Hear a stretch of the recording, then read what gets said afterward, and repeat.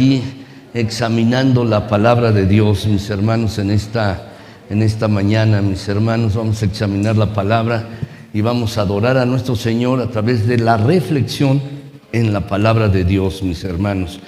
Y el título de la predicación, espero que tengan un boletín allí para los que nos visitan. Hoy tenemos los boletines, mis hermanos. En la parte central del boletín allí está pues el resumen de la predicación, mis hermanos, con los textos, para que puedan hacer anotaciones o subrayar y puedan llevárselo, mis hermanos. Lo hacemos así por una cuestión didáctica, pero creo que es muy útil, mis hermanos. Y vamos a iniciar. El título de la predicación en esta mañana, mis hermanos, es precisamente recomendaciones a una iglesia en un lugar difícil. Mis hermanos, estamos en una serie de predicaciones que esta serie de predicaciones tiene que ver, mis hermanos, con la iglesia que Dios quiere. Es la cuarta predicación hoy, mis hermanos. ¿Qué clase de iglesia quiere Dios? Y es muy instructivo ver la palabra, mis hermanos, qué es lo que Dios desea para su iglesia, cómo quiere que vivamos, cómo quiere que nos comportemos, mis hermanos. Y estamos viendo ahora los mensajes a las iglesias, a las 7 iglesias de Asia que están allí en Apocalipsis, mis hermanos. Hemos visto ya el mensaje a la iglesia de Éfeso, el mensaje a la iglesia de Esmirna, y ahora veremos el mensaje a la iglesia de Pérgamo, mis hermanos. Y precisamente el lugar de Pérgamo era un lugar muy difícil. Por eso el título de esta predicación, mis hermanos, es que el Señor da recomendaciones a una iglesia que esté en un lugar problemático, en un lugar difícil. Permítanme leer la palabra, mis hermanos, Apocalipsis 2, del 12 al 17. Ustedes lo tienen allí, este pasaje, mis hermanos, también lo tienen en su boletín. Permítanme leerlo para ustedes, mis hermanos. Dice así la palabra de nuestro Señor. Y escribe al ángel de la iglesia en Pérgamo, el que tiene la espada aguda de 2 filos, dice esto: yo conozco tus obras y dónde moras, donde está el trono de Satanás, pero retienes mi nombre y no has negado mi fe, ni aun en los días en que Antipas, mi testigo fiel, fue muerto entre vosotros, donde mora Satanás. Pero tengo unas pocas cosas contra ti, que tienes allí a los que retienen la doctrina de Balaam, que enseñaba a Balac a poner tropiezo ante los hijos de Israel, a comer de cosas sacrificadas a los ídolos y a cometer fornicación. Y también tienes a los que retienen la doctrina de los nicolaitas, la que yo aborrezco. Por tanto, arrepiéntete, pues si no, vendré a ti pronto y pelearé contra ellos con la espada de mi boca. El que tiene oído, oiga lo que el Espíritu dice a las iglesias.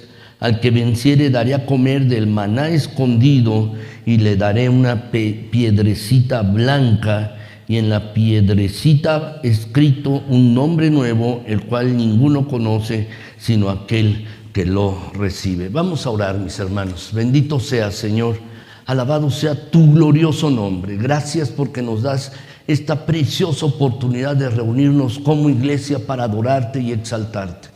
Gracias, gracias, Señor, alabado seas. Gracias por esta preciosa oportunidad que nos das también de examinar tu palabra con toda libertad. Señor, que tu Espíritu ponga tu palabra en nuestras mentes y corazones, que podamos entenderla y aplicarla a nuestras vidas. Que al salir de este lugar, Señor, salgamos pues bien claros en nuestras mentes y corazones para entender tu voluntad y ponerla por práctica. Esa es la verdadera adoración. Así lo entendemos, Señor, cuando respondemos a tu palabra. Ayúdanos, pues. Guíanos con el Espíritu Santo a todos nosotros. Que tu gracia nos acompañe ahora mismo. Necesitamos tu ayuda para entender tu palabra, mi Dios. Y Padre Celestial, que la exposición de tu palabra hoy en esta mañana te glorifique, te exalte a ti, solo a ti, Señor. Que tú recibas toda la honra y toda la gloria. Y por favor, Señor, permíteme exponer tu palabra sin error, para que tú seas exaltado y tu iglesia sea edificada. Gracias en Cristo Jesús. Amén. Gracias, mis hermanos, muchas gracias. Gracias, de verdad. Saben, mis hermanos, la iglesia de Pérgamo estaba en esta ciudad, mis hermanos, era una ciudad, pues, mis hermanos, que era la capital de Roma. Ahí en la pantalla, ustedes tienen este mapa también, mis hermanos, lo tienen en la hoja central de su boletín, allí lo tienen, mis hermanos, y ustedes pueden ver allí, mis hermanos, la iglesia, la ciudad de Éfeso, donde estaba la ciudad de Esmirna, eran ciudades costeras, pero la ciudad de Pérgamo, mis hermanos, ya era una ciudad que estaba tierra adentro, ya no estaba, mis hermanos, esta ciudad allí, y allí, mis hermanos, iremos siguiendo esto mismo. Si ustedes pueden ver, veremos esto, mis hermanos, veremos Éfeso, Esmirna, Pérgamo, y luego veremos Sardis, Filadelfia y luego Laodicea, mis hermanos. Entonces veremos estas predicaciones, estos mensajes a estas iglesias que estaban en estas ciudades. Ustedes tienen allí en su hoja central, mis hermanos, esto precisamente. Y también tienen, mis hermanos, quiero compartirles el contexto de esta ciudad. Déjenme decirles, esto no lo tienen en su boletín, si lo quieren anotar por allí o es poner atención, mis hermanos, se los quiero compartir. ¿Cuál es el contexto de la ciudad de Pérgamo? Para que podamos entender el pasaje, mis hermanos, siempre para entender un pasaje de la Biblia, mis hermanos, debemos seguir el contexto histórico literario, es decir, la historia, mis hermanos, en el momento en que se escribió el pasaje, y también debemos poner mucha atención a las palabras, mis hermanos. Entonces, así podemos hacer una buena interpretación de la escritura, de la palabra de Dios. ¿Cuál era el contexto, mis hermanos, de esta ciudad de Pérgamo? Bueno, mis hermanos, en primer lugar, esta ciudad, mis hermanos, era la capital de la provincia romana de Asia. Toda esta región de Asia, mis hermanos, se había constituido como una provincia de los romanos y la capital era Pérgamo. Por lo tanto, mis hermanos, esta ciudad tenía una gran importancia desde el punto de vista administrativo. Era una ciudad importante, mis hermanos. Algunos de sus reyes que estaban en esta ciudad tenían la gran ambición de convertir a Pérgamo, de convertir a esta ciudad en una ciudad de la categoría de Atenas. Es decir, mis hermanos, querían competir con Atenas, mis hermanos, y en gran medida lo consiguieron. Era una ciudad bella, una ciudad hermosa, mis hermanos. Pero hay algo notable en esta ciudad, mis hermanos. Esta ciudad tenía, mis hermanos, una biblioteca muy, muy grande. Y competía en importancia con la biblioteca de Alejandría, mis hermanos. Esta biblioteca de la ciudad de Pérgamo llegó a tener más de 200,000 libros. Una gran cantidad de libros tuvo allí, mis hermanos. Y también es de notar, mis hermanos, que la palabra pergamino deriva del nombre de la ciudad, de Pérgamo. De allí deriva, mis hermanos. Antes lo escribían con papiro, mis hermanos, pero los egipcios que enviaban el papiro a la ciudad de Pérgamo, mis hermanos, se negaron a seguirles proveyendo de este material. Y entonces lo que hicieron los de la ciudad de Pérgamo, mis hermanos, con pieles de animales, lo comenzaron a utilizar para escribir sobre ellos, los daban un tratamiento especial y así generaron pergaminos. Y mis hermanos, bueno, los 200,000 libros que tenían estaban hechos en pieles de animales, pero también los exportaban, mis hermanos, estas pieles a otros lugares para que pudieran hacer libros. Entonces la palabra pergamino, mis hermanos, viene precisamente de allí, mis hermanos. Y este era un material muy codiciado, mis hermanos, muy, muy codiciado. Pero también hay otra cosa que debemos notar en esta ciudad, y esto es muy importante, mis hermanos, lo que debemos notar en esta otra ciudad, mis hermanos.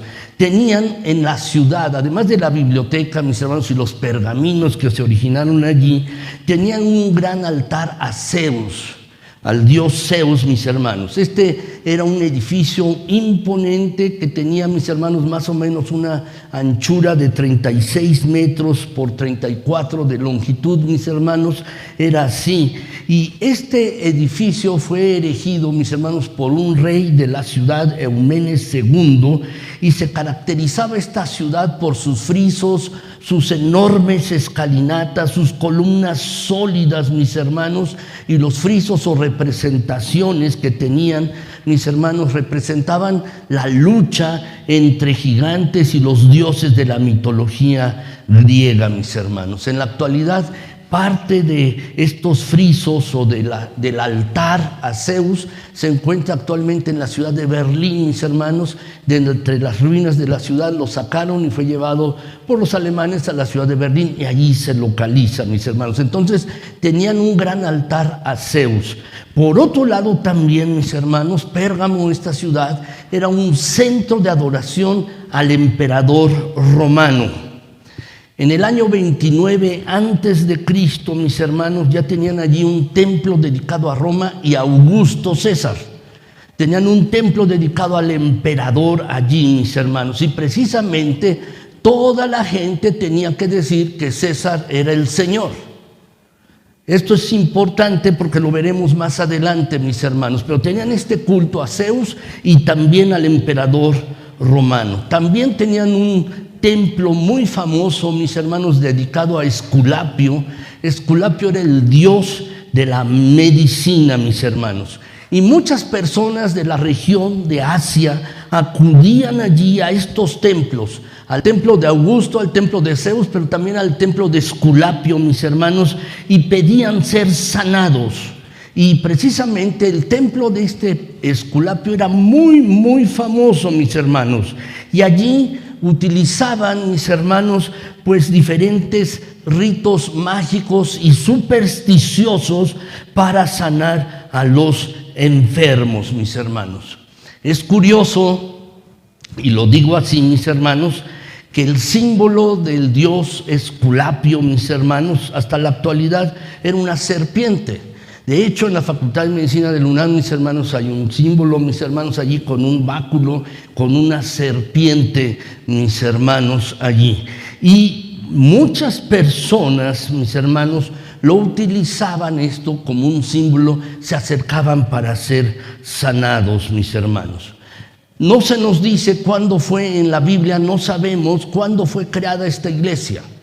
Pero es muy probable, mis hermanos, que la iglesia de Pérgamo fue creada, se originó a partir de cristianos que estaban en Éfeso.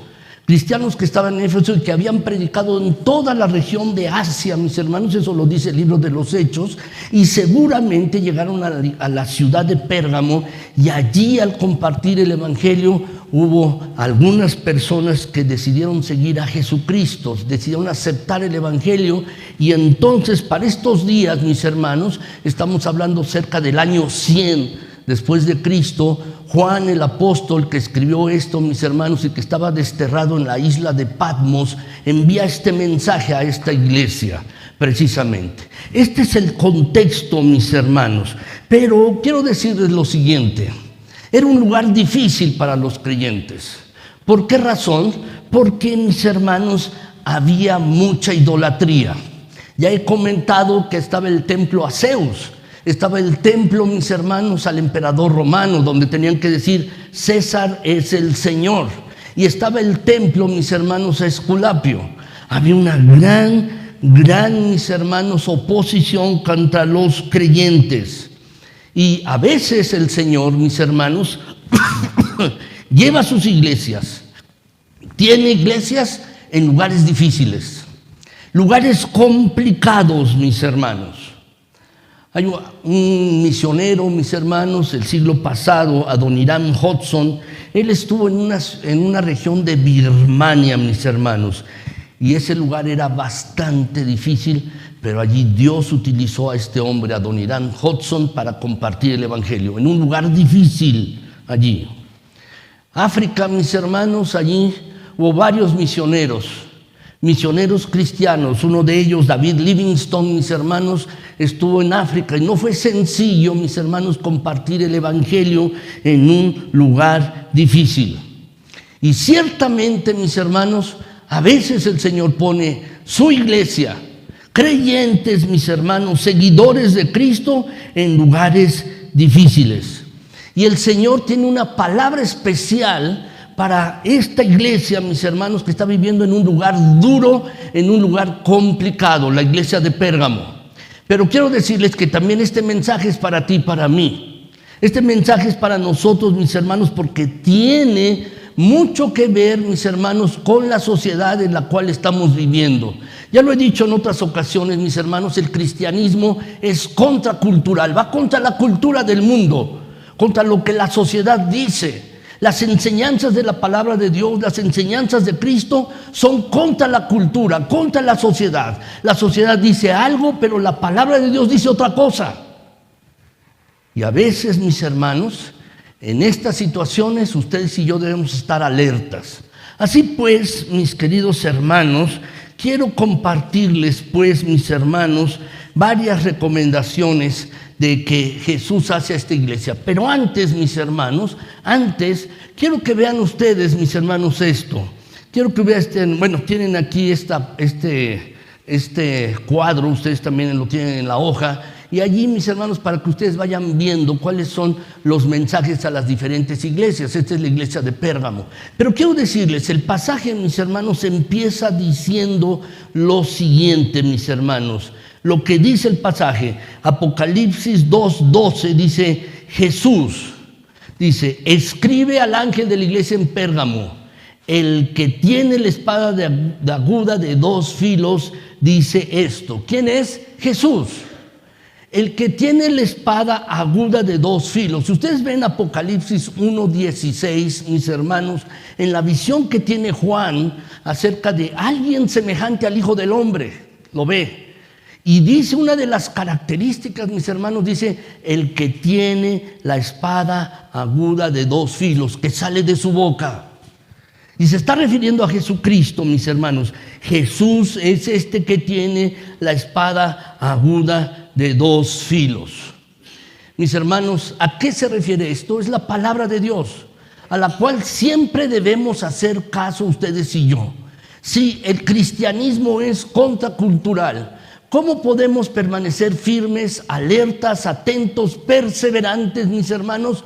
Pues solo si ustedes y yo permanecemos en la palabra de Dios. En la cultura en la que vivimos, en la sociedad en la que vivimos, hay muchas cosas que están contra el cristianismo. Y ustedes y yo debemos, mis hermanos, estar firmes en la palabra de Dios. Dice Hebreos 4:12, mis hermanos, dice Hebreos 4:12, porque la palabra de Dios, dice allí, es viva y es eficaz. Quiero detenerme un momento aquí. La palabra de Dios da vida, es vida y da vida. La gente, las personas pueden ser transformadas en sus corazones, en sus mentes, a través de la palabra de Dios. La palabra de Dios es viva y da vida, pero también es eficaz. Es eficaz, mis hermanos, para transformar vidas.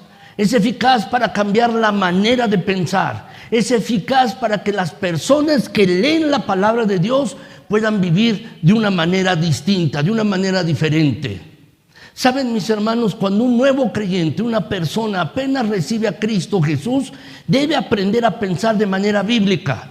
¿Cómo va a pensar de manera bíblica, mis hermanos? ¿Cómo puede aprender a pensar de manera bíblica? Solo yendo a la palabra de Dios. Y es cuando se da un cambio de mente, un cambio de vida, una transformación. Si antes hacía algo, mis hermanos, ahora comienza a hacer cosas distintas, diferentes, a través de la palabra de Dios. La palabra de Dios entonces no solo es vida y da vida, sino que también es eficaz. Y dice el pasaje, voy a continuar leyendo, dice, es más cortante que toda espada de 2 filos. ¿Lo pueden subrayar, mis hermanos? Jesús, mis hermanos, Jesús dice allí en el pasaje de Apocalipsis 1:16, dice que sale una espada de 2 filos de su boca. ¿Qué es esto? Es la palabra de Dios. El que tiene la espada aguda de 2 filos, dice, y es más cortante, penetra hasta partir el alma y el espíritu, las coyunturas y los tuétanos, y discierne los pensamientos y las intenciones del corazón. ¿Quieres saber cómo eres tú? ¿Verdaderamente quieres saber cómo eres tú? Tienes que ir al espejo más fiel. Y el espejo más fiel que podemos tener, mis queridos hermanos, es la palabra de Dios. Es el espejo fiel que nos dice cómo somos tú y yo, cómo es nuestro corazón, ¿Cómo es nuestra actitud? La palabra de Dios nos los dice. Por eso, mis hermanos, hace esta comparación, mis hermanos, penetra hasta partir el alma y el espíritu. Todo lo discierne. Y si quieres tener un mejor entendimiento de ti mismo y de la vida, tienes que ir a la palabra. Tienes que ir a la palabra. Si quieres entender mejor tu propia vida, tu propia persona y mejor cada circunstancia de la vida, tienes que ir a la palabra. Jesús hace esto. Este es el anuncio que le da a esta iglesia de Pérgamo. El que tiene la espada aguda de 2 filos dice esto a la iglesia. ¿Por qué? Porque la conoce. ¿Por qué dice esto a la iglesia? Porque sabe lo que está pasando en sus iglesias. Allí en Apocalipsis 1, mis hermanos, podemos ver que la interpretación que hace acerca del Hijo del Hombre que está en medio del candelabro, mis hermanos, dice que los candelabros o los candeleros son las iglesias, las 7 iglesias de Asia, y que está en medio de ellas. Lo que quiere decir es que Jesús está en medio de su iglesia y conoce todo lo de su iglesia. Así es que, mis hermanos, debemos estar atentos de verdad. Si vivimos en este mundo, en esta sociedad donde nos tocó vivir, mis queridos hermanos, tenemos que acudir a la palabra de Dios. Dice, quiero que lo anoten, mis hermanos, esto, si ustedes lo pueden anotar. La palabra de Dios tiene 2 filos. Lo que quiere decir, mis hermanos, es que puede penetrar totalmente, completamente. No es como un cuchillo que tiene solo un filo, 2, y penetra, mis hermanos. ¿En dónde penetra? En nuestras mentes y corazones. ¿Y para qué lo hace? Para el propósito de transformarnos. La palabra de Dios tiene ese propósito, transformar nuestras vidas, transformarnos, mis hermanos, en nuestras mentes, en nuestros pensamientos, nuestras creencias, nuestra conducta, nuestro hablar, nuestras actitudes. Eso hace la palabra, mis hermanos. Penetra en nuestras mentes y corazones con el propósito de transformarnos. Ahora bien, este Jesús que conoce a su iglesia y que tiene una espada de 2 filos, que todo lo discierne, todo lo sabe, mis hermanos, nos da varias recomendaciones. ¿Qué recomendaciones, mis hermanos, da Jesús a su iglesia? Quiero compartirles 4 recomendaciones que hay en este pasaje. 4 recomendaciones que el Señor Jesús da a su iglesia en este pasaje, mis hermanos. ¿Y cuáles son estas recomendaciones? Primer lugar, mis hermanos, en primer lugar, Jesús nos recomienda que perseveremos en el Evangelio. ¿Lo quieres anotar? Ay, muchas gracias. Jesús nos recomienda que perseveremos en el Evangelio. Esto es lo primero, mis queridos hermanos. Debemos, ustedes y yo, perseverar en el Evangelio. No solo era una recomendación a la iglesia de Pérgamo. Esta es una recomendación a toda iglesia. Y básicamente es una recomendación a todo creyente. Cuando decimos iglesia, mis hermanos, tiende a diluirse la responsabilidad. No, piénsalo de manera personal. Es una recomendación para ti, para cada uno de nosotros y para mí también. Es una recomendación para toda la iglesia y para todo creyente. Debemos perseverar en el Evangelio. Jesús dice, mis hermanos, en primer lugar, que debemos retener el nombre de Jesús. ¿Qué significa esto, mis hermanos? Significa que debemos tener una profunda adicción al nombre de Jesús. Jesús le está hablando a esta iglesia en Pérgamo y le dice, te conozco y sé que has retenido mi nombre, lo retienes mi nombre. ¿Qué significa esto, mis hermanos? Cuando uno lee Apocalipsis 2:13 en la Biblia de la versión de las Américas, mis hermanos, en este pasaje, dice allí en el versículo, mis hermanos, dice, guardas fielmente mi nombre. ¿Qué es lo que significa? Lo que significa, mis hermanos, es aferrarnos al nombre de Jesús, aferrarnos a Él, mis hermanos, estar pendiente de sus mandatos, estar pendientes, mis hermanos, de su voluntad. Es decir, ser un seguidor de Jesucristo. Y esto es el Evangelio. Esto es el Evangelio. ¿Saben, mis hermanos, cómo llegamos a ser cristianos? Llegamos a ser cristianos por Jesucristo. Porque le conocemos, le conocimos y tomamos la decisión de seguirlo a Él y solo a Él. Pero, mis hermanos, ¿cómo continúa la vida cristiana? ¿Cómo continúa? La vida cristiana, mis hermanos, continúa, mis hermanos, seguir aferrándose a Cristo. No es solo momento de una vez en la vida y que tú lo recuerdes hacia atrás, sí, en el momento que decidí seguir a Jesucristo, que pudo haber sido hace una semana, 2 años, o 3, o 10, o 15 años atrás. No, mis hermanos, la vida cristiana es aferrarse a Cristo diariamente, tener a Cristo Jesús diariamente en nuestras vidas, mis hermanos. Es eso, retener el nombre de Cristo, guardar fielmente el nombre de Cristo, significa, mis hermanos, vivir en el Evangelio diariamente, día tras día. No es, mis hermanos, una época, una fecha nada más en nuestro calendario de vida. Cuando uno recibió a Cristo, cuando uno decidió tomar tomar la decisión de seguir a Jesucristo, solo un día. No, es diariamente, diariamente. ¿Y qué estaban haciendo estas personas, mis hermanos, estos creyentes de Pérgamo? Lo que estaban haciendo es vivir el Evangelio. Por eso Jesús dice: conozco que estás perseverando en esto, en retener mi nombre, en retener mi nombre. ¿Qué es lo que significaba? Mis hermanos estaban viviendo el Evangelio. Y eso es algo que tú y yo tenemos que hacer. Diariamente, mis queridos hermanos, debemos vivir el Evangelio. El Evangelio, mis hermanos, no es solo para dar nuestro testimonio cuando nos lo piden.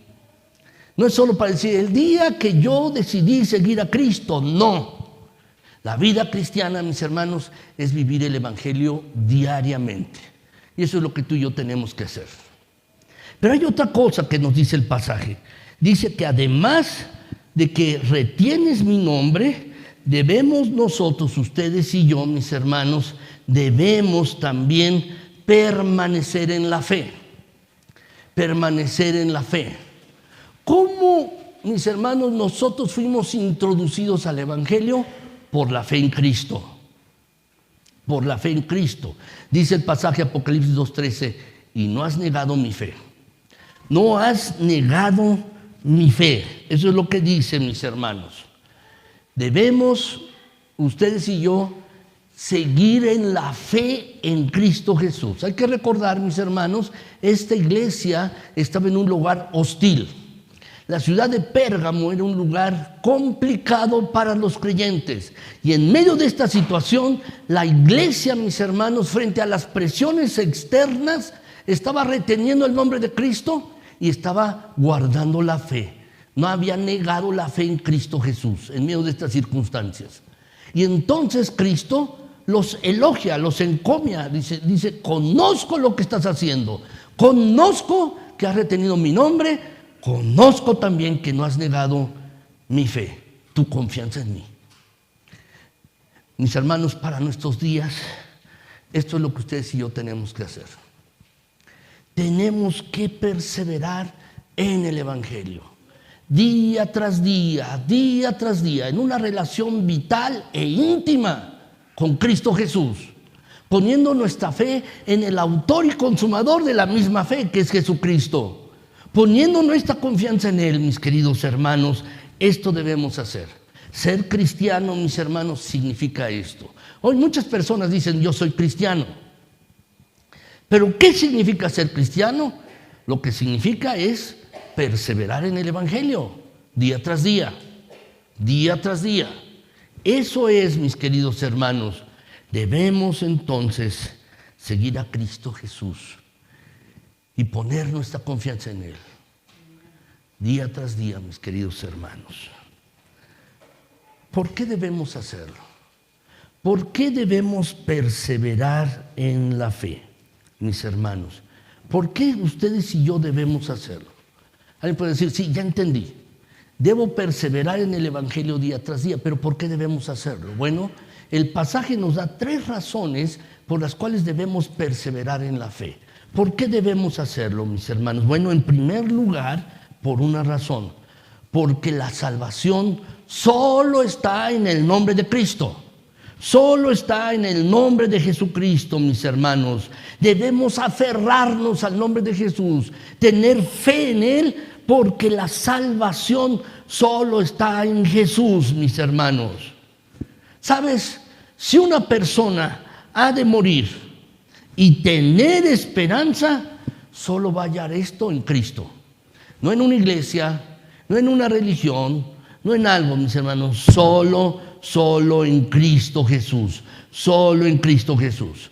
Hechos 4:12 dice, mis hermanos, allí en este pasaje, Hechos 4:12 dice, mis hermanos, y en ninguno otro hay salvación, porque no hay otro nombre bajo el cielo dado a los hombres en el cual podamos ser salvos. En nadie más, solo en Cristo. No hay otro nombre bajo el cielo dado a los hombres, para que los hombres lo sepan, dice, en el cual puedan ser salvos. Solo en Cristo Jesús. Por otro lado, mis hermanos, Jesús es el dador de vida. Dice allá en Juan 14:6, Jesús le dijo, yo soy el camino, soy la verdad y soy la vida. Y nadie viene al Padre si no es a través de mí. Esto lo dijo Jesús estando con sus discípulos la noche previa, mis hermanos, o horas antes de ser apresado. Tomás le dice, Señor, no sabemos a dónde vas. Y le dice, yo soy el camino, soy la verdad y también soy la vida. Jesús, su palabra da vida, mis hermanos, es vida y da vida. Y Jesús, mis hermanos, es el que da vida. Nadie viene al Padre, ninguna religión, ninguna iglesia, ninguna creencia. Es una persona y esto es la persona de Cristo Jesús. Es el dador de vida. Y además también la Escritura de manera enfática también lo dice, mis hermanos, primera de Timoteo en el capítulo 2, versículo 5, que solo Jesucristo es el único mediador. Dice, hay un solo Dios y solo un mediador entre Dios y los hombres, Jesucristo hombre. Jesús, mis hermanos, es el único mediador entre Dios y los hombres. No hay otro mediador. Solo Jesucristo, mis hermanos. Solo Cristo Jesús. Tú y yo debemos aferrarnos al nombre de Cristo. Aferrarnos al nombre de Cristo y tener fe, perseverar en ello, porque solo Cristo y solo en Él hay salvación. Esta es la razón por la que debemos aferrarnos a Cristo. Por eso, mis hermanos, debemos hacerlo así. En el mundo en el que vivimos, en la sociedad en la que vivimos, mis hermanos, debemos aferrarnos a Cristo y perseverar en la fe, porque Él es el único que da salvación. Pero hay una segunda razón, mis hermanos, hay una segunda razón. ¿Por qué debemos aferrarnos a Cristo? ¿Por qué debemos perseverar en la fe, perseverar en el Evangelio? Esta es la razón, porque tenemos luchas contra el maligno. Tenemos luchas contra el maligno. Dice allí en Apocalipsis 2:13, en este pasaje que estamos estudiando, mis hermanos, dice, conozco tus obras, sí, pero también conozco dónde moras, dónde vives. Y dice allí, donde está el trono de Satanás. Donde está el trono de Satanás. Mis hermanos, este versículo nos recuerda que el trono de Satanás está cerca del pueblo de Dios. Es decir, mis hermanos, el maligno está activo y se opone a la causa de Cristo. Se opone, mis hermanos, a la obra de Cristo. El maligno, Satanás, es el jefe de todos los ángeles caídos y los guía en la lucha espiritual contra el pueblo de Dios. Contra el pueblo de Dios, mis hermanos. Si ustedes recuerdan, Jesús, mis hermanos, al inicio de su ministerio pasó 40 días en ayuno y oración. Y dice al final, mis hermanos, allí en los evangelios, que el diablo llegó hasta él con 3 poderosas tentaciones. 3 poderosas tentaciones. Fue una lucha titánica. Y Jesús advierte aquí a su pueblo, mis hermanos. Es una recomendación que está diciendo, mis hermanos, tienes que permanecer en el Evangelio. ¿Por qué? Porque en el lugar donde estás está el trono del maligno, el trono de Satanás. Debes perseverar en el Evangelio. Mis hermanos, tenemos una indicación aquí de la lucha que el pueblo de Dios enfrenta. Si ustedes ven, mis hermanos, el versículo 13, dice allí, mis hermanos, que vives donde está el trono de Satanás, pero también dice, ni aún en los días en que Antipas, ¿sí lo ven ustedes? Lo pueden ver allí, mis hermanos, en la cita que está al principio, mis hermanos, en Apocalipsis 2:13 dice, en los días en que Antipas, dice, mi testigo fiel, fue muerto entre vosotros donde mora Satanás. ¿Qué quiere decir? Quizás este Antipas, del cual nos habla este pasaje, mis hermanos, era un líder reconocido. Quizás era el pastor de la iglesia, o un líder, mis hermanos, espiritual de la iglesia. No lo sabemos. Pero fue martirizado. En el lugar donde mora Satanás, fue martirizado. Según una tradición, mis hermanos, es tradición, ¿sí? Según esta tradición, Antipas fue metido en un toro de metal, mis hermanos, y luego este toro de metal, en el vientre del toro, fue calentado, mis hermanos, y así murió este hombre. Es una tradición, así lo dice. Pero lo que es cierto es que fue martirizado. ¿De qué manera? No lo sabemos, pero sí fue muerto. Y en estos días, dice allí el pasaje, tú has permanecido fiel, has retenido mi nombre en el lugar donde mora Satanás y en este lugar donde ha habido persecución.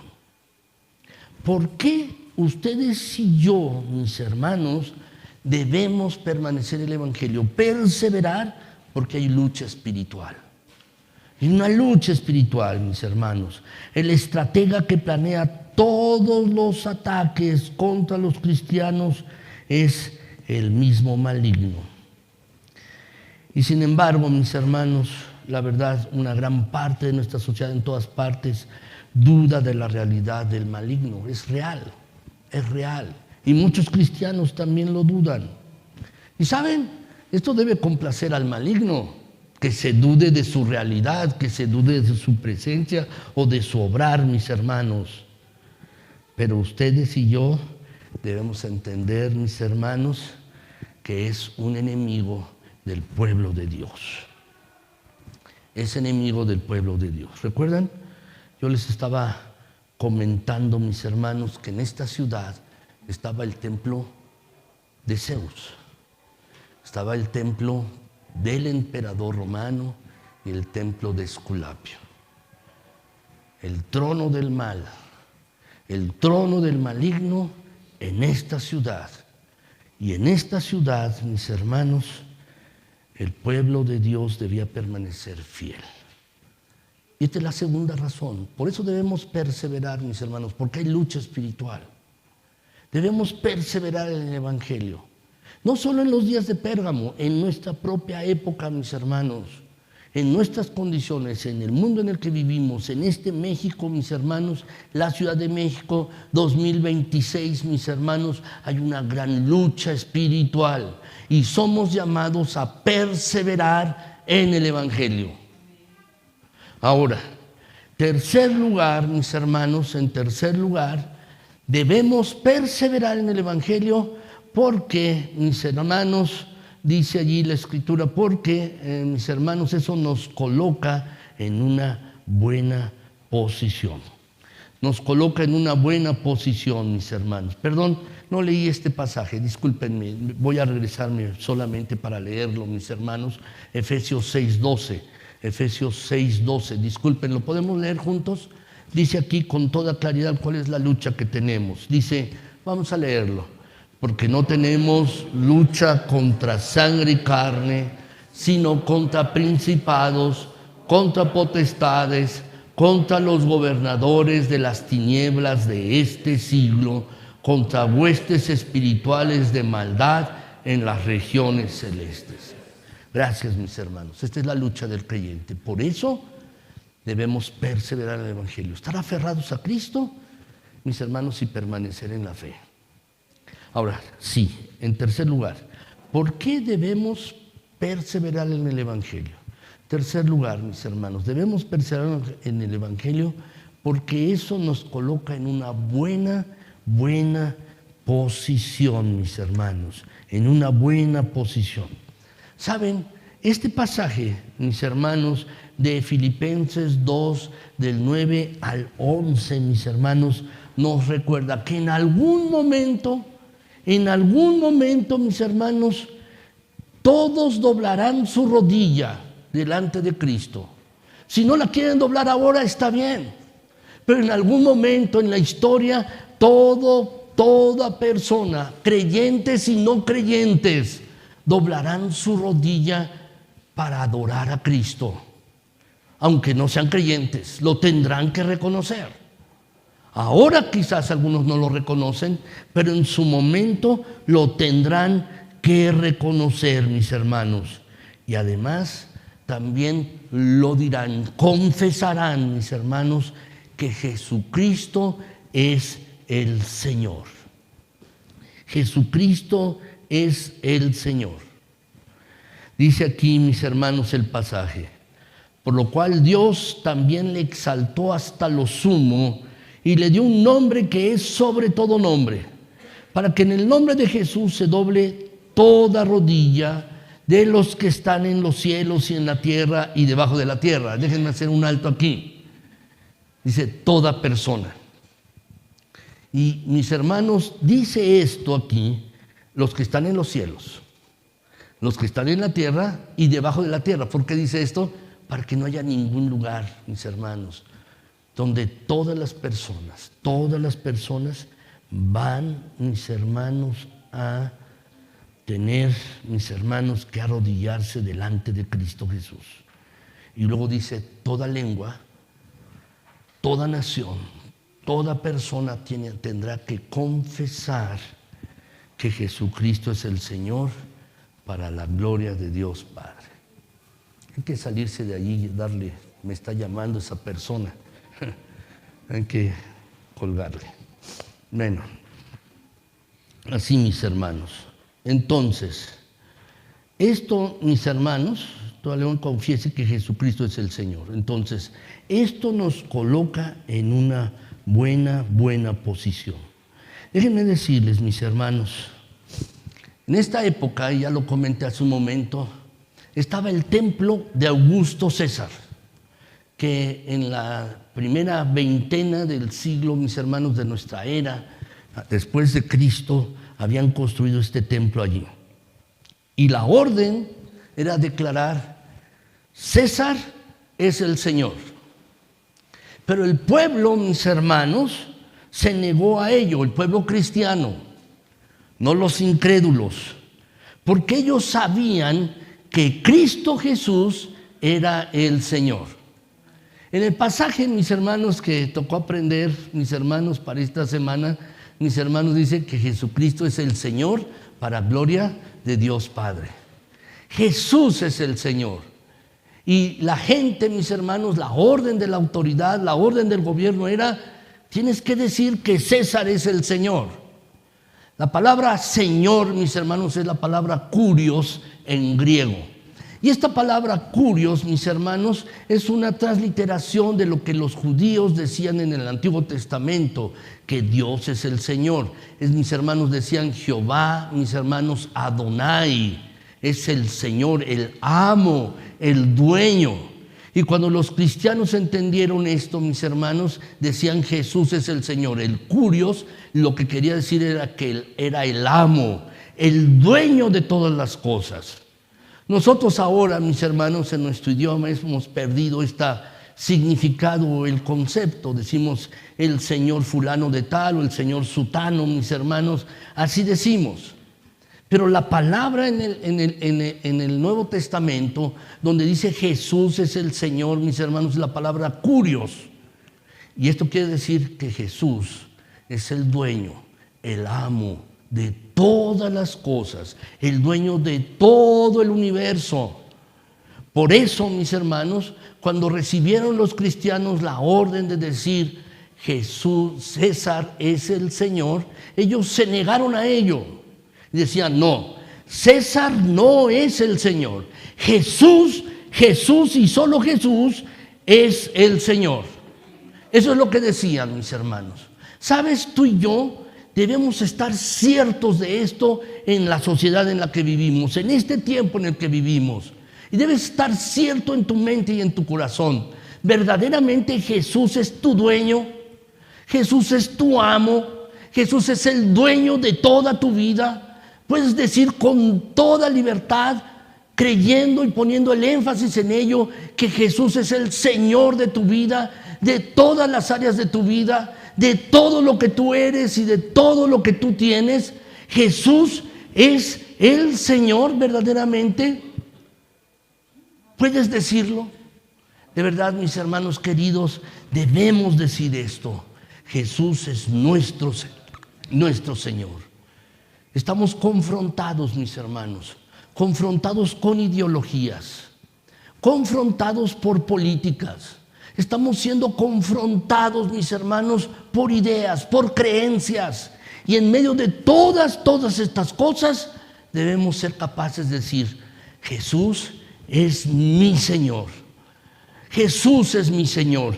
Y esto debemos decirlo, mis hermanos. A finales del siglo XVII, mis hermanos, los españoles atacaron una ciudad francesa que se llama San Quintín. Y mis hermanos, los atacantes, los españoles, sostuvieron un embate por varios días. Y los franceses no estaban dispuestos a rendirse. Finalmente los españoles escribieron mensajes y los lanzaron con flechas hacia el interior de la ciudad, mis hermanos. Y les decían que si se rendían, les prometían que salvarían la vida, mis hermanos, pero tenían que decir que el rey de España, tenían que doblegarse ante él, que era su señor. Entonces el gobernador de la ciudad de San Quintín, mis hermanos, él, que era por cierto cristiano, mandó un mensaje de vuelta con otra flecha, donde escribió, ya tenemos rey, ya tenemos un rey. Y es lo mismo, mis queridos hermanos, cuando seamos confrontados por diferentes ideologías, creencias, por diferentes opiniones, necesitamos estar ciertos y decir, ya tengo un rey, tengo un amo, tengo un Señor que es Cristo Jesús. Y necesitamos aferrarnos a esto, mis queridos hermanos. Necesitamos aferrarnos a ello porque Jesús, mis hermanos, es nuestro Rey y nos recomienda, nos ordena que seamos leales a su bendito y santo nombre. Ahora, en segundo lugar, Jesús nos recomienda que nos mantengamos alertas. Que nos mantengamos alerta. Dice Apocalipsis 2:14, dice allí, pero tengo unas pocas cosas contra ti. Unas pocas cosas tengo contra ti. Esto no quiere decir, mis hermanos, que hayan sido cosas de pequeña importancia. No. Sí, estaban haciendo bien. Estaban tratando de perseverar en el Evangelio. Sin embargo, había algo allí que molestaba al Señor. Había algo, mis hermanos, que no agradaba al Señor en esta iglesia. Por eso les dice, tengo algunas pocas cosas contra ti. Y vuelvo a repetir, mis hermanos, esto no eran cosas de pequeña importancia. Son pocas cosas de pequeña importancia, no. Son pocas cosas, pero de gran importancia. Son cosas vitales, aunque son pocas, son de gran importancia. Son grandes cosas que tengo contra ti, mis hermanos. Eso es lo que está diciendo aquí en el pasaje. Tengo algunas cosas contra ti. ¿Cuáles son estas cosas? Bueno, mis hermanos, son dos cosas que ustedes y yo debemos estar profundamente alertas. La iglesia de Pérgamo, mis hermanos, debía estar alerta a estas cosas. Ahora, quiero decirles algo. Ellos, la iglesia de Pérgamo, había resistido los embates externos. Pero el mayor peligro para esta iglesia era interno. Y así es en nuestros días.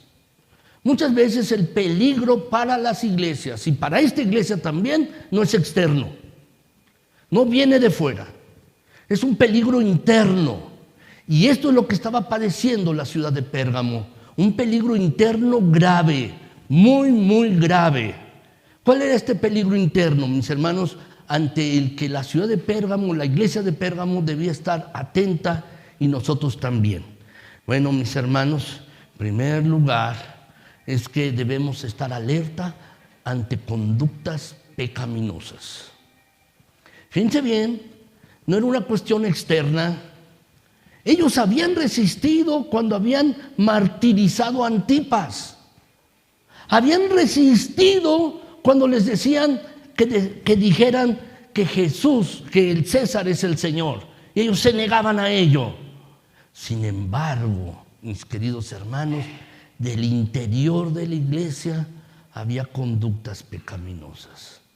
Dice el pasaje, mis hermanos, allí, que tienes allí a los que retienen la doctrina de Balaam, que enseñaba a Balac a poner tropiezo ante los hijos de Israel, a comer de cosas sacrificadas a los ídolos y a cometer fornicación. Es lo primero. Aquí en el pasaje, mis hermanos, está haciendo referencia a Balaam, que enseñó a Balac, un rey extranjero, un rey moabita, a que pusiera tropiezo al pueblo de Dios. Y déjenme decírselos brevemente, contarles esta historia, mis hermanos. Esta historia se encuentra en el libro de Números, en el Antiguo Testamento, en los capítulos 22, 25 y 31. Allí, si ustedes lo quieren leer después, Números 22 al 25 y luego el capítulo 31 del libro de Números. Y déjenme decírselos, mis hermanos, ¿por qué aquí en este pasaje, mis hermanos, se menciona lo que estaba pasando en Números, lo que pasó con el pueblo judío y estaba pasando en esta iglesia? La historia de Balaam y Balac, mis hermanos, comienza cuando los hebreos, los judíos, acamparon cerca de la tierra prometida. Balac gobernaba sobre los moabitas y tenía miedo de que los judíos, los israelitas, mis hermanos, lo atacaran, porque eran numerosos y estaban armados, era un pueblo más fuerte que los de Moab. Entonces Balac mandó mensajeros a Balaam, este profeta, mis hermanos, que en realidad era un profeta pagano, y le pidió que maldijera al pueblo de Israel. Si tú maldices al pueblo de Israel, te voy a dar dinero, te voy a enriquecer. Pero, mis hermanos, Balaam dijo, bueno, sí, lo voy a hacer. Pero después, mis hermanos, Dios intervino y le dijo a Balaam que no lo hiciera. Y después de que mandó un mensaje a Balac diciendo que no lo haría, Balac tuvo otra idea. Dice que le dijo Balaam, mis hermanos, dijo a Balac a Balaam que hiciera planes para pronunciar mal sobre los hebreos y que entonces él sería recompensado y honrado por ello. Hubo una gran comunicación entre estos dos hombres, mis hermanos. Y finalmente Balaam admitió hablar contra el pueblo de Dios porque se haría rico de esa manera. Estaba pensando en enriquecerse, hablar mal del pueblo de Dios. Era un profeta. Y el libro de Números, mis hermanos, nos cuenta que Balaam entonces montó en su asna para ir al campamento hebreo.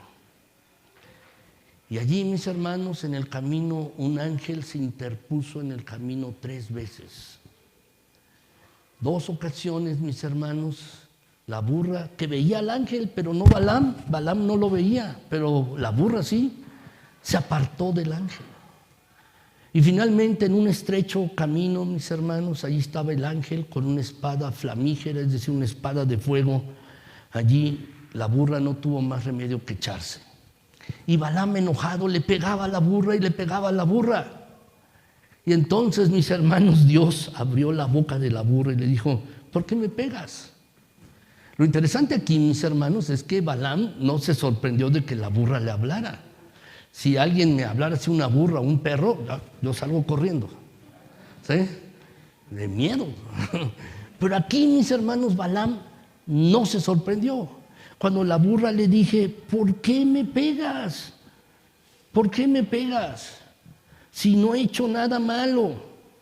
Y Balaam le contesta: mira, si tuviera una espada te mataría. Si tuviera una espada. El animal contestó pues que era inocente de cualquier mal. Y mis hermanos, la verdad es que el asna era más razonable que el profeta. Era más razonable. Al final, mis hermanos, Balaam pudo ver al ángel y comprendió el comportamiento del animal. Sin embargo, siguió con sus planes de maldecir a Israel. A pesar de ello, mis hermanos, pero cuando quiso maldecir al pueblo de Israel, abrió su boca, mis hermanos, y lo que salió de ella fue una bendición. Y eso pasó 3 veces. No podía maldecir al pueblo de Israel. Y entonces el rey Balac le dijo: ¿por qué estás bendiciéndolos en lugar de maldecirlos? Porque Dios no permitía que este falso profeta dijera algo contra los hebreos. Balaam no se dio por vencido, mis hermanos, no. Él quería el dinero que le habían prometido. Y entonces le dijo a Balac: mira, ya sé cómo tú puedes hacer que el pueblo de Dios pues no reciba la bendición de Dios y Dios no esté con ellos. Le dijo: mira, trae mujeres hermosas paganas de tu pueblo, tráelas para que los hebreos se enamoren de ellos y entonces sí cometan fornicación y van a traer maldición sobre sí mismos. Y así ocurrió. Y de hecho, mis hermanos, la conducta inmoral fue tan explosiva que en un solo día, Dios mató a 24,000 hebreos por causa de esto. Esta historia, mis hermanos, se nos cuenta aquí en este pasaje de Apocalipsis. ¿Y para qué, mis hermanos, se nos cuenta esto? Para hacernos comprender que, mis hermanos, nuestro Señor no condona el pecado. Lo que Dios desea de ti y de mí, lo que nuestro Señor Jesucristo desea, es que andemos por caminos justos, puros y santos. Eso es lo que nuestro Señor desea, mis hermanos. Debemos aprender a andar en camino de santidad. Por eso el pasaje dice: tienes allí a los que retienen la doctrina de Balaam, que enseñaba a Balac a poner tropiezo a los hijos de Israel. Es decir, mis hermanos, tenían conductas pecaminosas. Sí, estaban reteniendo la fe. Sí, se aferraban al nombre de Jesús, pero había pecado en su vida, mis hermanos, y no le daban importancia. Este es el asunto. Esto es lo que mina las iglesias. Esto es lo que desgasta las iglesias y puede desgastarnos a nosotros también cuando hay pecado oculto. Cuando algún miembro de la iglesia, mis hermanos, persiste en pecar, en no vivir vidas santas. Lo que nuestro Dios quiere, mis hermanos, es una iglesia santa. Lo que Dios quiere es que tú y yo, todos nosotros, vivamos vidas de santidad. Y lo que mina una iglesia, mis hermanos, es verdaderamente esto. Eso es lo que mina. Que su pueblo, mis hermanos, tenga conducta pecaminosa. Pero no solo esto, mis hermanos, sino también el pueblo tenía, mis hermanos, creencias pecaminosas. Debemos estar alertas contra ello. Y es la recomendación de nuestro Señor. No solo la conducta, sino también las creencias, mis hermanos. La verdad es que las creencias pecaminosas están muy relacionadas con la conducta pecaminosa. Por eso el pasaje, mis hermanos, habla de Balac y también de los nicolaitas, mis hermanos. Pero voy a volver a repetir aquí el Apocalipsis 2:14, dice: les enseñan a comer de cosas sacrificadas a los ídolos y a cometer fornicación. El pasaje habla de la doctrina de Balaam. Y de la misma manera, mis hermanos, en este pasaje, si ustedes lo leen con atención en este Apocalipsis 2, del 12 al 17, también nos habla de la doctrina de los nicolaítas, mis hermanos.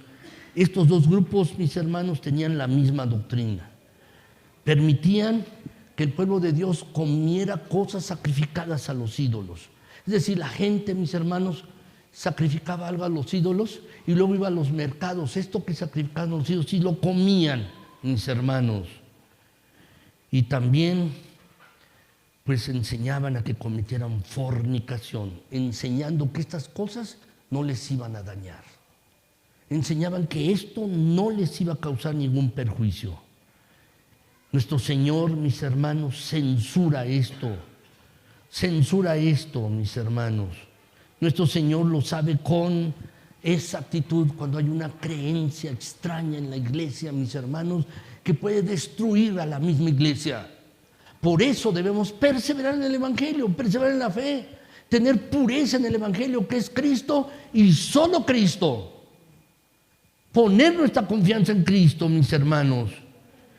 La verdad es que debemos entender esto, mis hermanos, con toda claridad. Debemos entender, mis hermanos, este pasaje de Habacuc 1:13. ¿Lo podemos leer, mis hermanos? Vamos a leerlo. Dice: muy limpio eres de ojos para ver el mal, ni puedes ver el agravio. ¿Saben qué, mis hermanos? Así es. Habacuc 1:13. Nuestro Señor es muy limpio, santo, puro, para ver el mal, para ver la maldad. Y nuestro Señor no puede ver el pecado, no puede ver el oprobio, no puede ver el agravio, mis hermanos. No verá nuestro Señor nuestra iglesia, no verá nuestras vidas, mis hermanos, si andamos en pecado. El Señor no extenderá su mano bondadosa para bendecirnos a ti, a mí, a todos nosotros, si vivimos en pecado, mis queridos hermanos. Por eso debemos procurar vivir en santidad de vida. Les invito a que leamos también este pasaje, Salmo 97:10, mis hermanos. Vamos a leerlo. Dice: los que amáis a Jehová, aborreced el mal. ¿Amas al Señor? ¿Verdaderamente lo amas? ¿Amas al Señor con todo tu corazón, con todas tus fuerzas, con todo tu ser? ¿Amas al Señor? Entonces debes aborrecer el mal, aborrecer el pecado. Es esto lo que debemos hacer, mis queridos hermanos. Y esto te toca a ti, a mí también, a todos nosotros. Nos toca. ¿Verdaderamente estamos amando al Señor? Porque debemos llegar al punto, mis queridos hermanos, de amar lo que nuestro Señor ama y de aborrecer lo que nuestro Dios aborrece. Debemos llegar a ese punto en nuestras vidas. Sí, mis hermanos, si amamos a Dios, si lo amamos de todo corazón, con todas nuestras fuerzas, con todo nuestro ser, debemos aborrecer el mal. Debemos aborrecerlo, mis hermanos. Lo repito, mis queridos hermanos, lo que afecta más a nuestras iglesias no es lo de afuera ahora, mis hermanos, no es la persecución, es lo que está sucediendo en el interior. Estamos viviendo vidas santas y puras, estamos creyendo lo correcto de acuerdo con la palabra de Dios y el Evangelio. Mis hermanos, es una recomendación a estar alertas, mis hermanos. Ahora, en tercer lugar, mis hermanos, Jesús nos recomienda que corrijamos el camino. Si hay pecado, mis hermanos, si hay alguna creencia pecaminosa, si una conducta pecaminosa, debemos enderezar el camino, corregirlo. ¿Y cuál es la recomendación de nuestro Señor? Apocalipsis 2:16 dice: por tanto, arrepiéntete. ¿Lo puedes subrayar? Arrepiéntete, porque si no, vendré a ti pronto y pelearé con ellos con la espada de mi boca. Arrepiéntete, arrepiéntete. ¿Saben, mis hermanos? A veces pecamos. Sí, yo también, tú también, todos nosotros somos pecadores, pero salvos por la gracia de Dios. Pero la palabra, mis hermanos, dice: ¿qué debe hacer un verdadero creyente? Si un verdadero creyente peca, ¿qué debe hacer? Levantarse, confesar su pecado y seguir en pos de Cristo. Esto es la doctrina de la perseverancia del creyente. Todo verdadero creyente persevera hasta el fin. Todo verdadero creyente persevera hasta el fin. Si peca, se levanta y sigue en pos de Cristo. Persevera hasta el fin. Mis hermanos, cuando nos arrepentimos, puede llegar renovación. Puede llegar renovación a tu vida, a tu familia, a esta iglesia también. Amanecerá, mis hermanos, un nuevo día sobre nosotros. Habrá un nuevo día, mis hermanos. Podemos experimentar nueva vida, nuevo poder, una nueva ayuda de Dios. Job, mis hermanos, se arrepintió de su pecado. Hablaba cosas que no entendía. Y por eso, mis hermanos, dice allí en Job 42:6, en esta versión de las Américas, mis hermanos, dice: por eso me retracto y me arrepiento en polvo y ceniza. Me retracto, me arrepiento de esto y lo hago en polvo y ceniza, dice Job. Si un hombre bueno como Job tenía que arrepentirse, ¿qué será de personas como tú y como yo? Necesitamos arrepentirnos. Si hay algo en tu vida que no está bien delante de Dios, necesitas arrepentirte. Si hay algo en tu vida que no está bien delante del Señor, arrepiéntete. Por favor, arrepiéntete. ¿Por qué? Porque dice la Escritura, mis hermanos, en este pasaje que leímos anteriormente: si no, vendré pronto, dice el pasaje. Vendré pronto allí en Apocalipsis 2:16, y pelearé contra ellos con la espada de mi boca. Arrepiéntete, arrepiéntete. El hijo pródigo, mis hermanos, de la parábola que contó nuestro Señor Jesucristo, se arrepintió. Estaba apartado de su padre, apartado en una provincia extraña, en un país lejano, mis hermanos, y dijo que volvió en sí, dice el pasaje, al ver la condición en la que estaba, queriendo comerse la comida de los cerdos. Él era judío, mis hermanos, cuidando cerdos, y eso era una abominación para un judío. Y en esa condición tan lamentable volvió en sí y dijo: voy a volver a mi padre, le voy a decir que me perdone, que soy indigno, pero voy a ir a él. Y a esto es lo que se refiere el arrepentimiento, mis hermanos. Ahora, si necesitas arrepentirte de algo, no lo dejes para después. Hazlo pronto, hazlo rápidamente, hazlo pronto. ¿Por qué? Porque si no, dice, mis hermanos, el pasaje, que él luchará contra el que no se arrepienta con la espada de su boca. Algunas iglesias de Asia Menor se negaron a arrepentirse. Y como resultado, su candelero fue removido.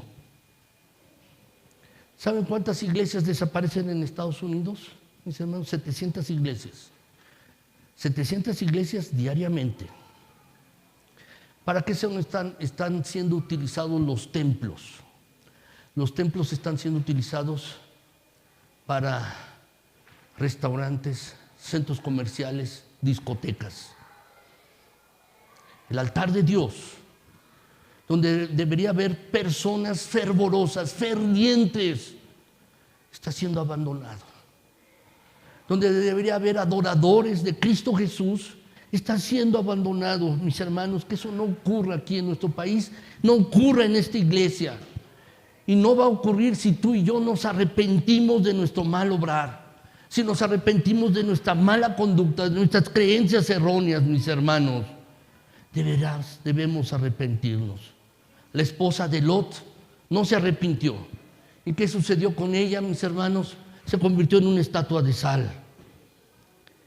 La verdad es que miró hacia atrás y se transformó en esta estatua.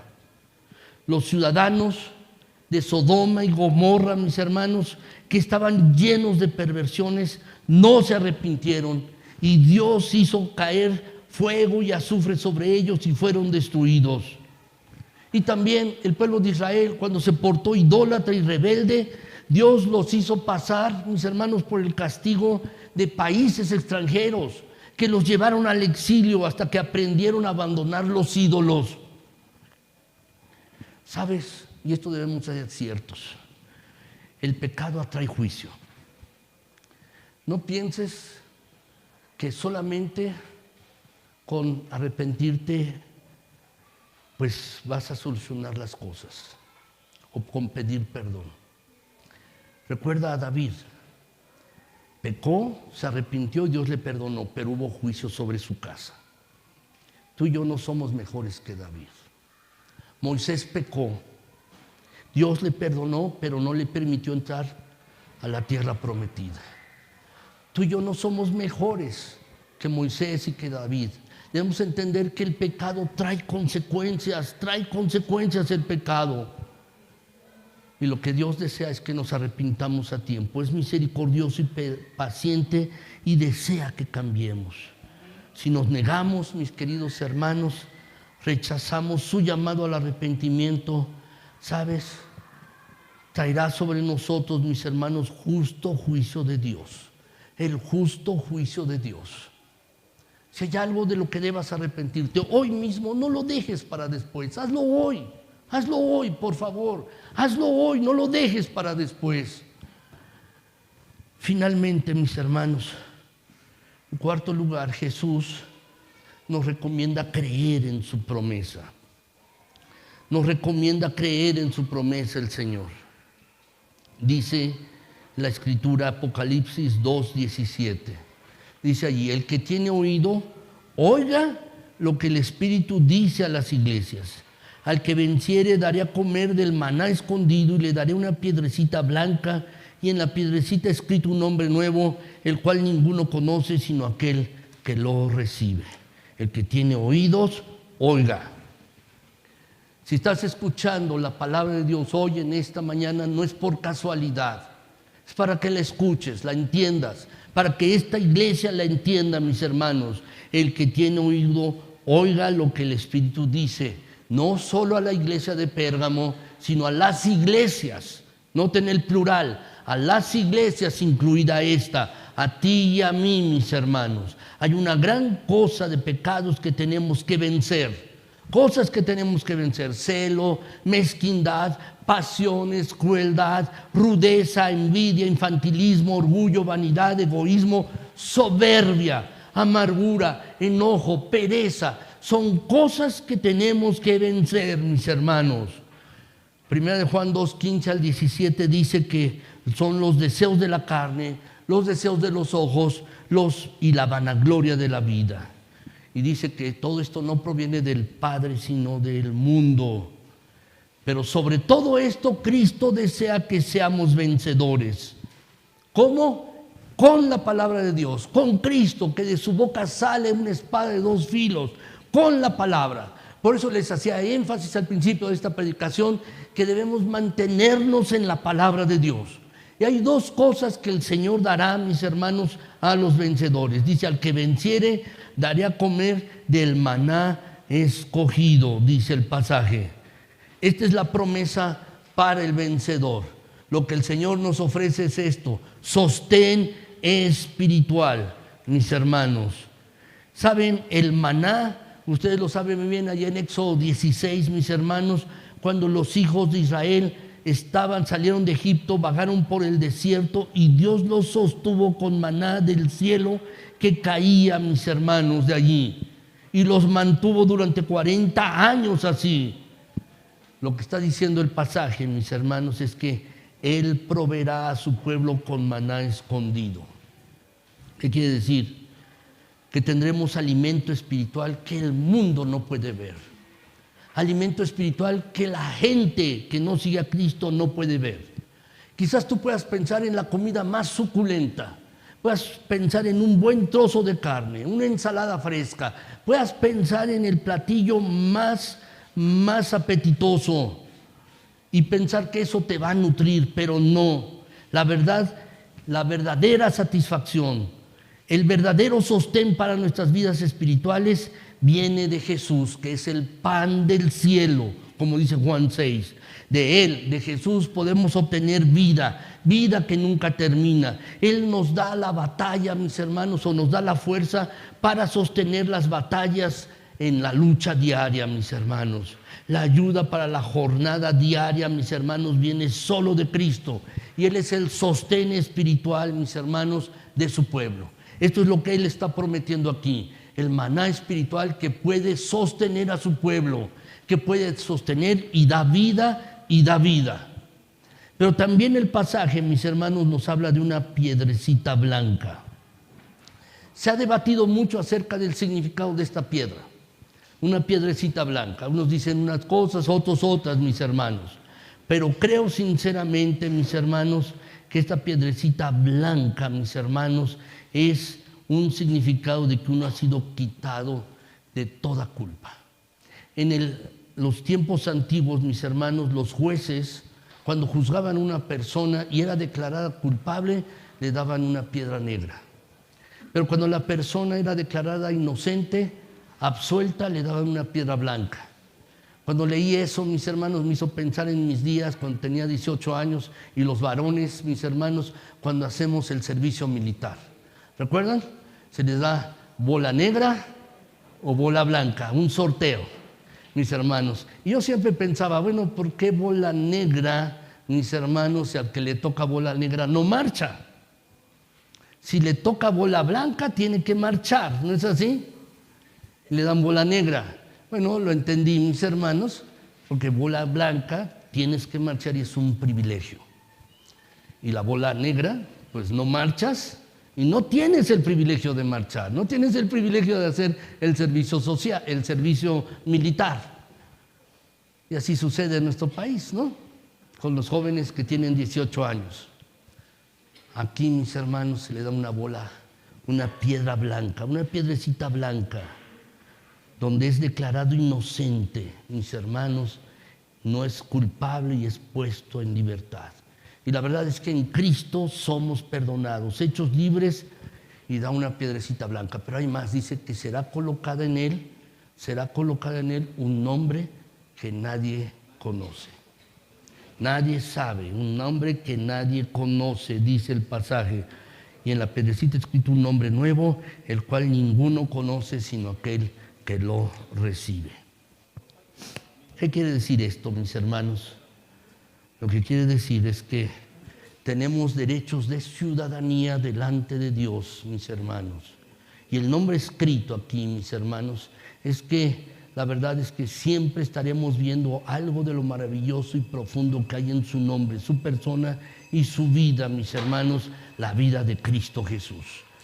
Lo que está ofreciendo, mis hermanos, es una gracia especial e intimidad.